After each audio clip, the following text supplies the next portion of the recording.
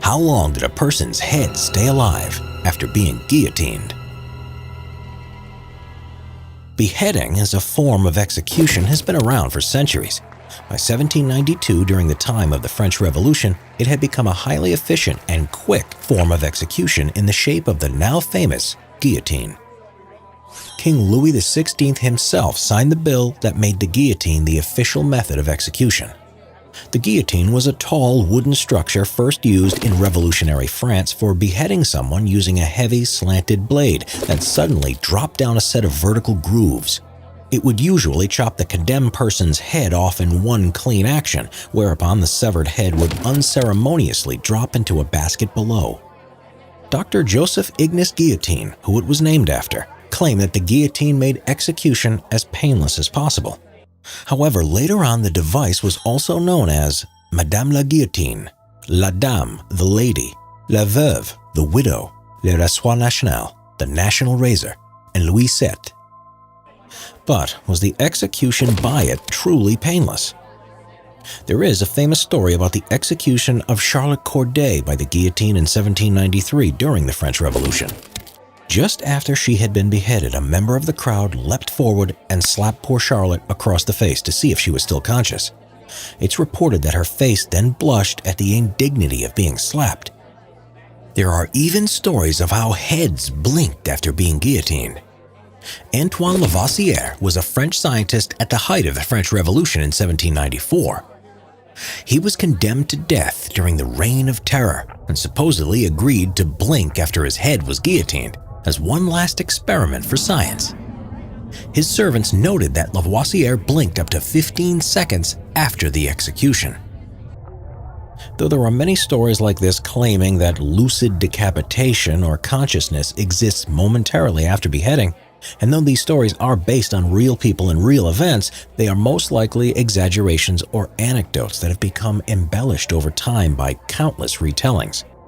However, it's often been wondered by scientists how long the head keeps on functioning after it's been guillotined from the body.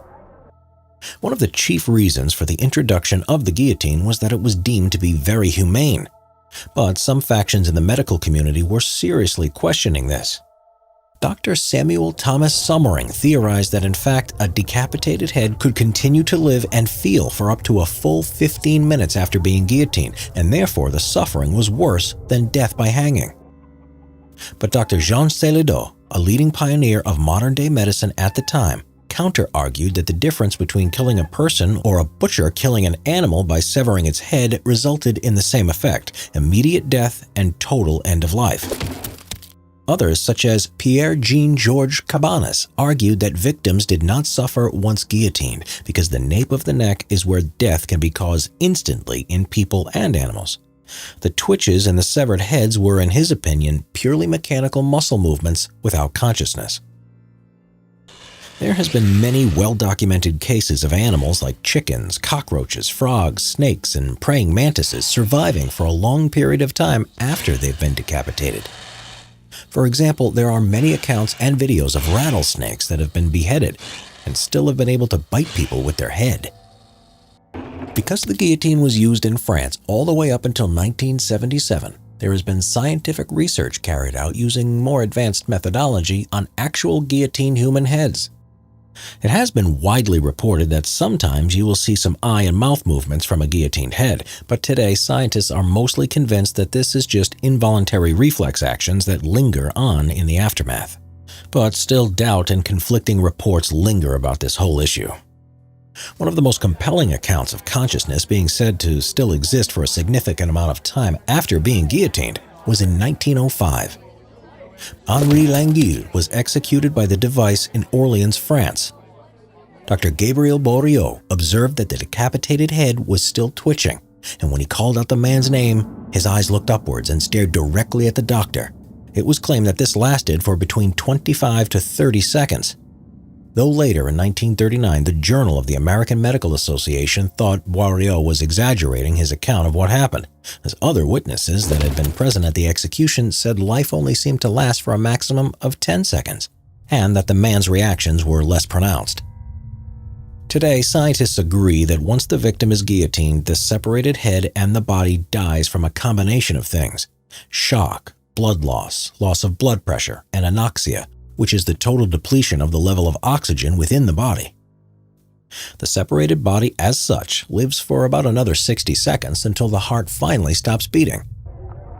As for the decapitated head, scientists say that it can technically have enough oxygen stored for metabolism to continue for about 7 seconds. Though parts of the body may live on for a very short time after being guillotined, the catastrophic effect of being decapitated means that any consciousness would be extinguished almost instantly. So for about 2 to 3 seconds, the brain may still be functioning, but any intelligence would be in a fixed, unresponsive, comatose state, unaware of anything. But there has still not been conclusively proven evidence one way or another if consciousness really remains significantly after decapitation. Maybe in time we'll find out what really happens in those short moments before life is extinguished.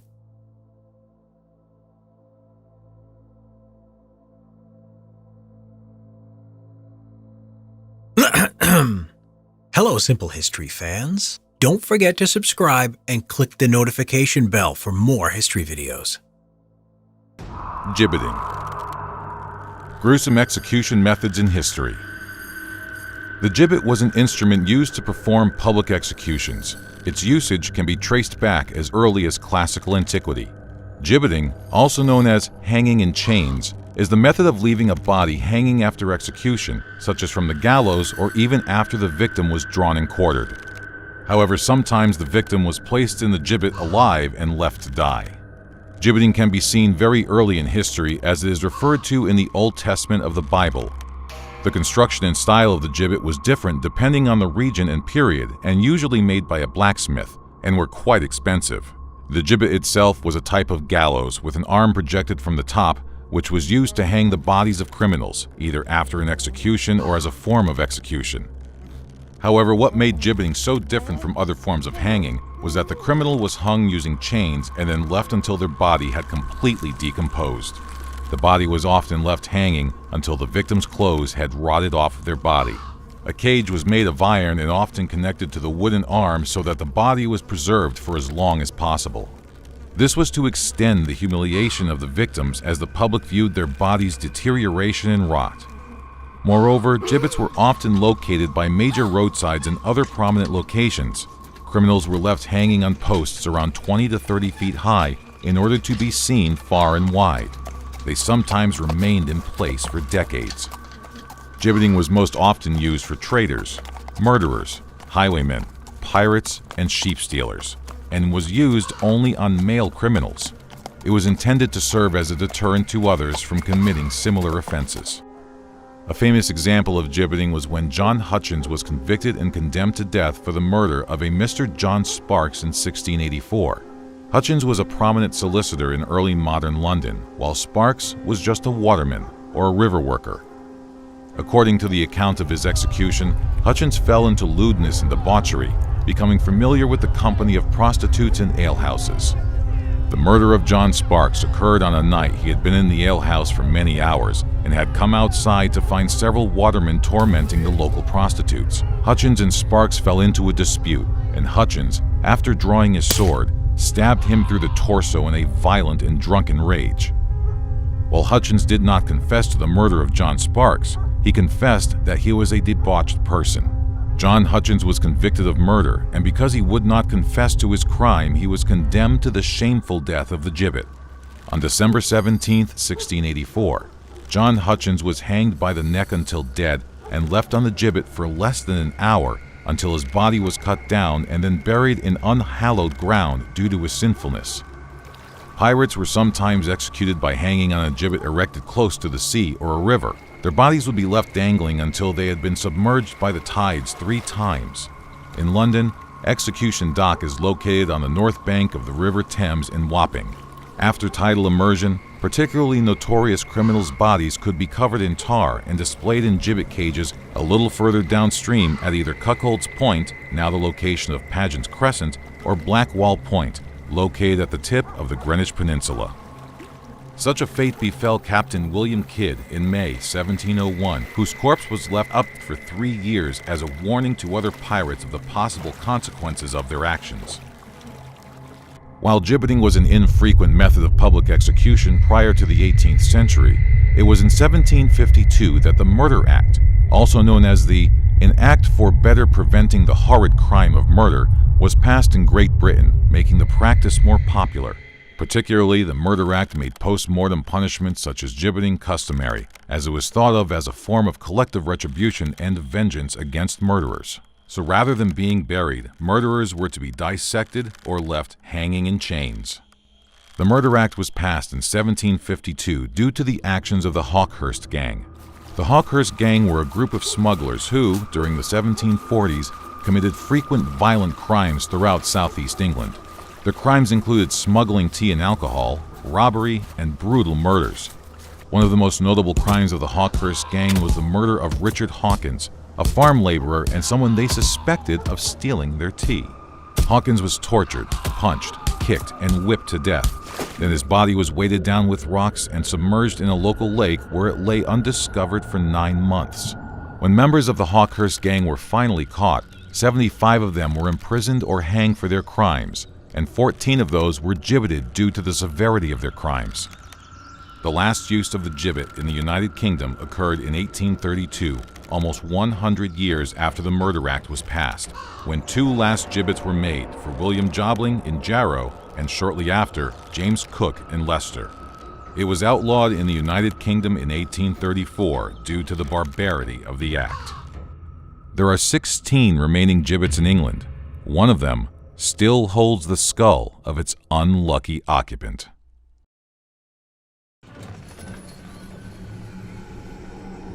Medieval torture devices. The breaking wheel. Originating in ancient Greece as a device only for torture, the wheel, otherwise known as the breaking wheel or Catherine wheel, was used as a form of public execution and torture up until the early 19th century. The gruesome device was most popular during the late Middle Ages as another form of being drawn and quartered. However, the wheel was used in many different torture techniques throughout history. The breaking wheel was essentially a large wooden wagon wheel that sometimes had iron spikes attached to the outer edge. There were many variations of torture on the wheel, but the most popular during the Middle Ages and early modern period was as described in the year 1518. The torture of the wheel consists in this. Under the arms of the condemned man, timbers are placed on the ground, and the executioner breaks his arms with a wooden wheel, then breaks both his legs, and then with the same wheel breaks the man's back. Thus broken and shattered, the man is raised on the wheel and set atop a large beam upright in the ground. There, the wretch is left, breathing with difficulty. The victims of the wheel were left like this to die, usually hours later. However, there is one recorded instance of a man surviving the torture of the wheel for 9 days before dying in agony. Crowds would gather to watch this humiliating public execution as a form of entertainment. The longer the victim survived, the better in the eyes of the crowd. Sometimes the victim was put out of his misery and his throat was cut. Another less common variation of the breaking wheel torture was similar to crucifixion, in that the victim was tied across the wheel, his body manipulated into an X shape. The victim's bones were then crushed using iron rods, and his limbs were threaded through the spokes of the wheel. Victims of this particular form of torture on the wheel, according to a broadsheet published in Hamburg, Germany in 1607, were transformed into a sort of huge screaming puppet, writhing in rivulets of blood, a puppet with 4 tentacles, like a sea monster of raw, slimy, and shapeless flesh mixed with splinters of smashed bones. The breaking wheel was also used as another form of the rack, in which the victim was attached around the rim of the wheel, possibly with the iron spikes piercing through the victim's flesh. He was then stretched along the outside of the wheel until his body was shaped into a semicircle. In some instances, the wheel was then pushed down a hill with the victim still attached. There have also been instances of the victim being attached to the wheel in the shape of a cross and then swung over a burning fire until the wood would finally catch alight and burn the victim alive. The breaking wheel has also come to be known as the Catherine Wheel in honor of St. Catherine of Alexandria. According to the medieval writings about her life found in the Legenda Sanctorum from the 13th century, St. Catherine was an intellectual from the early 4th century who was condemned to suffer a punishment on the wheel because she would not renounce her Christian beliefs.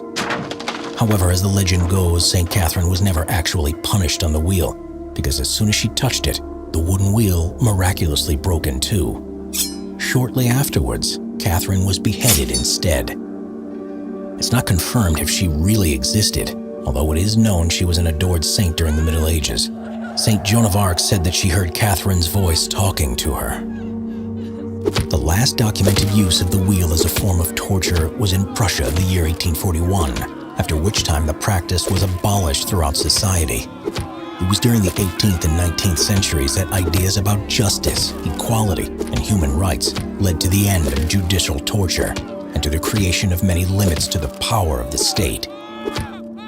It seems that in terms of torture, the wheel was something every criminal would fear and is now just the stuff of nightmares. Medieval torture devices. The rack. The rack was first officially used as a form of torture in antiquity during pre-Hellenic times and in the early medieval period. It has often been claimed that the rack was first used in ancient Greece to torture slaves and non-citizens. In 356 BC, the historian Herostratus was subjected to the rack in order to force a confession for the burning down of the temple of Artemis at Ephesus. The rack was also employed by Alexander the Great in 328 BC to torture those who conspired against him in an assassination plot, including his court historian Callisthenes. However, while these stories exist, it is often contested whether this torture device was used at all in classical Greece or in ancient Rome. It's because of this lack of proof that the origins of the rack can only concretely be traced back to Anglo-Saxon England and the European continent during the Middle Ages. The rack itself was a large wooden frame either elevated off the ground and placed horizontally or propped up at almost a 90-degree angle. These rollers were attached to levers or wheels which, if pulled, would stretch the limbs of the victim until they either couldn't take it anymore or until their limbs were dislocated from the rest of their body. One very gruesome aspect when they were stretched beyond their limit was the loud popping noises made by snapping cartilage, ligaments, or bones. In different countries, modifications were made to the rack to enhance its damage to the victims. In particular, France added spikes to the planks which the victim would be supported on, causing them to be pierced in the back as they were stretched. While the victims were confined on the rack, they would also be subjected to other forms of torture, such as burning or having their nails forcibly removed from their fingers and toes. The rack was used most often to torture individuals into answering questions asked of them by their captors. Use of the rack increased in frequency during the Middle Ages around the time of the Inquisition. The Catholic Church held a large amount of power on continental Europe during the Middle Ages, and it was Pope Lucius III who first sent inquisitors in search of heretics. The systematic rooting out and punishment of heretics began in the late 12th century with the persecution of the Cathars in the south of France and several other heretical groups. A forerunner to the Spanish Inquisition was introduced in the Kingdom of Aragon in the 13th century. The rack was used by the inquisitors in an attempt to force confessions of heresy. As the Inquisitions reached their peak, torture became routine practice, especially during the Spanish Inquisition, which began in 1478. While early inquisitors were agents of the Pope, the Spanish Inquisition was under the direct control of the monarchs, Ferdinand II of Aragon and Isabel I of Castile. The rack was often used in England from the 15th through the 17th centuries. Its first appearance in England is said to have been due to John Holland, 2nd Duke of Exeter and Constable of the Tower. Under the Tudor and Stuart monarchies, the use of torture, including the rack, increased as it was justified in the case of treason trials. Some of the most prominent rulers who employed the rack as a torture method included Mary I, also known as Bloody Mary, Henry VIII, and Elizabeth I. The Tower of London was known as the center of British torture, and many were tried on the rack, also known as the Duke of Exeter's daughter, within the confines of that historic site. The only woman to be documented as being tried on the rack in the Tower of London was Anne Askew in 1546. Anne was a supporter of Martin Luther and his Protestant ideals, and was imprisoned on charges of spreading Protestant beliefs. Even though Anne was so badly tortured on the rack that she was not able to walk afterwards, she never surrendered her faith. She was later condemned to death for her Protestant faith and burned at the stake. Guy Fawkes was the most famous victim of the Tower of London. He was thought to have been tried on the rack after the failed gunpowder plot of 1605 as a last resort, as the lesser tortures were not successful in forcing a confession. After suffering on the rack multiple times, Guy Fawkes finally confessed and gave the names of his accomplices. The torture was so terrible that Fawkes fainted before he was able to sign his name to the confession. When he was finally brought to consciousness and gave his signature, he was condemned to death and executed. Fawkes was supposed to be hanged, drawn, and quartered, one of the slowest and most painful executions implemented in the late Middle Ages. However, when he was brought to the noose, he was able to jump from the platform with enough force to successfully break his neck and end his suffering. Yet, that did not stop his executioners from drawing and quartering his dead body. A form of the rack persisted in Russia until the 18th century.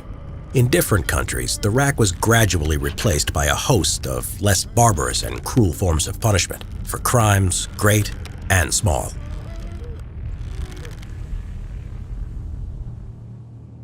Subscribe for more history videos.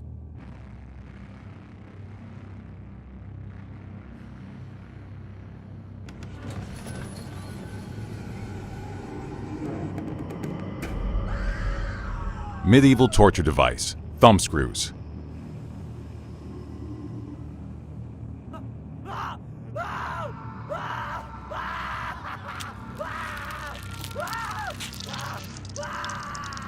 Torture during the Middle Ages was as creative as it was gruesome. However, the popular use of torture in medieval court trials did not grow into its own until the unprecedented legal reforms of the 12th and 13th centuries. Prior to these reforms, in classical and early medieval societies, it was the possession of citizenship that afforded a great deal of protection to the average inhabitant of a kingdom or city. Only in very rare circumstances, such as suspicions of high treason or knowledge of probable guilt in serious crime, were citizens stripped of their immunity to torture and exposed to its devices.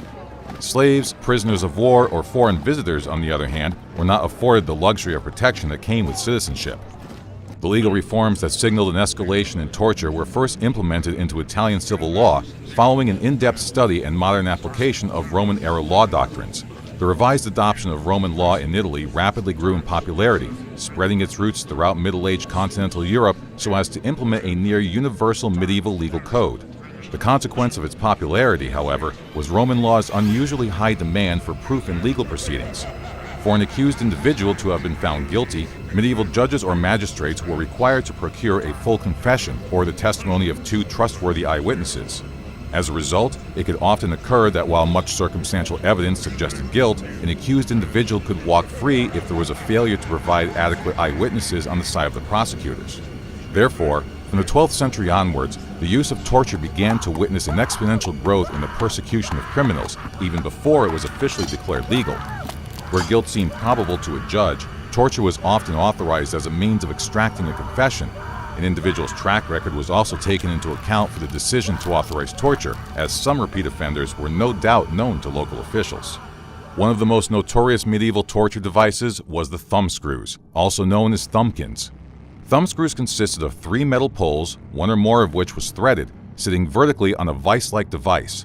Along these poles, a plate or slab of metal or wood was placed horizontally, with the ability to be slid up and down the poles. The victim's fingers would then be placed in between the plate and the bottom of the device. Presently, the plate would be brought down on top of the victim's digits. Screws, as they were known, which often consisted of basic wingnut designs, would be twisted down along the threads until the wood or metal plate crushed the bones of the victim's fingers, usually both of their thumbs. If the tormentor was especially cruel, additional spikes would be added to the thumbscrew so that as the victim's fingers were being crushed, spikes or nails would be pressed through their nails and skin. The intense trauma that was placed on the fingers would also result in the victim's arms swelling painfully. Depending on how well the victim held up to their torture, their big toes would sometimes be crushed in the same manner. Thumbscrews were considered one of the most effective torture devices of the Middle Ages, as victims were not inclined to die from the suffering, but experienced excruciating pain, finger by finger, bone by bone. Thumbscrews were among the torture devices of choice for Spanish inquisitors during the infamous Spanish Inquisition, which began in the 15th century and did not reach its conclusion in an official capacity until the early 19th century. Torture was used during the Inquisition to force heretics to confess to their sinful beliefs. Torture methods included starvation, burning, the rack, and thumbscrews. Thumbscrews would often be used in conjunction with other torture devices to inflict as much pain as possible. While some of the victims of the Inquisitors would confess and be offered penance and forgiveness for their sins if they accepted true Christian beliefs, others were not so lucky. Many of the victims of both the Spanish and Roman Inquisitions, after confessing, did not agree to give up their heretical beliefs and were condemned to be burned at the stake. Arguably, the most famous individual to have been under the scrutiny of the Inquisitors was Galileo Galilei, a prominent astronomer. Galileo was interrogated during the Roman Inquisition in 1633, and when he was threatened with torture, possibly with the popular thumbscrew device, he admitted his heresy of supporting heliocentrism, the Copernican theory that the Earth revolved around the Sun. While Galileo was not subjected to torture, he was placed under house arrest for the rest of his life. During the late medieval and early modern periods, thumbscrews were used in the torture of those suspected of witchcraft. Thumbscrews tended to be the first torture device used in witch trials because they were so effective in compelling a confession. However, as the terror and pandemonium of witchcraft spread throughout Europe, persecutors began to question whether the confessions and further accusations that were being gathered were actually truthful or just brought on due to the large amounts of distress the victims were under during interrogation. In late medieval and early modern Scotland, torture could only be used if allowed by a legal warrant which was issued by the Privy Council. These warrants also legalized a frenzy of vicious witch hunts that gripped Scotland in the late 16th century. The use of thumbscrews became so famous in Scotland that Sir Walter Scott, prominent author of Ivanhoe, even had a pair in his possession.